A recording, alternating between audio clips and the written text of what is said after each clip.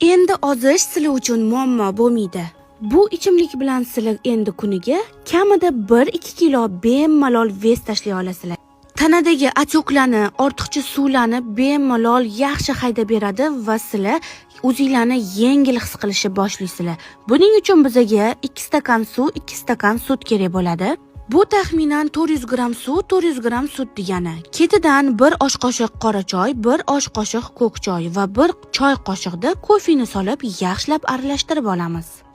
Bitta qaynab chiqqandan keyin tegini o'chirib, termosga sovosanglar issiqqina turadi va bir kunda har 2 soat oralig'ida 1 stakandan ichib turasizlar.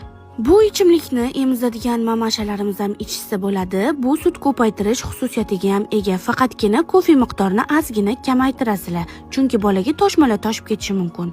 Hamma yoqimli ishtaha